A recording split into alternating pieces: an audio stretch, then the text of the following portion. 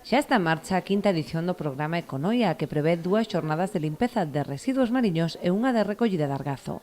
Temos neste proxecto 2 limpezas de lixo e unha de argazo, de algas verdes, que se vai a realizar o ano que ven. Van a realizar estas limpezas o ano que ven.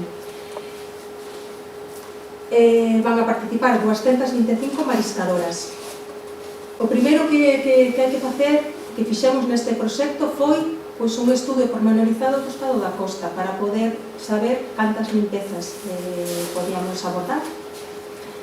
Este estudo fixo a consultora Arcea, que vos falou antes, categorizou por zonas a costa para saber cantas persoas hai que destinar a cada tramo.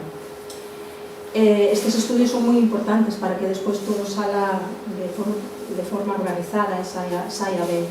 Ademais destas limpezas que se levarán a cabo durante o próximo ano, xa se están a desenvolver diversas actividades de sensibilización e divulgación, entre elas a edición dun manual para reducir o lixo mariño, recollendo a experiencia reunida ao longo das 4 edicións anteriores, nas que se levaron a cabo preto de 30 limpezas. Tamén están organizados uns obradoiros de reciclaxe para converter en arte os residuos recollidos na mar. O proxecto conta coa colaboración de diversas entidades do sector, así como a Xunta de Galicia e os concellos de Noia e Outes, dada a gran importancia da ría non só a nivel medioambiental, senón tamén como motor económico da comarca. Evidentemente, somos moi conscientes da importancia que ten tanto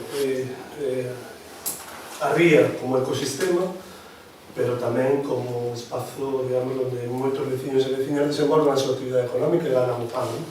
A colaboración entre as distintas entidades, os concellos e equipos, poñemos a disposición os containers ou os elementos para poder levar a cabo a retirada dese material, e entendo que o mínimo que podemos facer para contribuir a que ese material desapareza das rías e seguir colaborando para que siga tendo unha continuidade. É unha colaboración directa do sector pesqueiro que creo que marca ben e deixa claro o compromiso que ten o propio sector da pesca e do marisqueo con manteñer as costas en condicións para seguir pescando, para seguir traballando e que poida ser unha fonte económica para as nosas comunidades.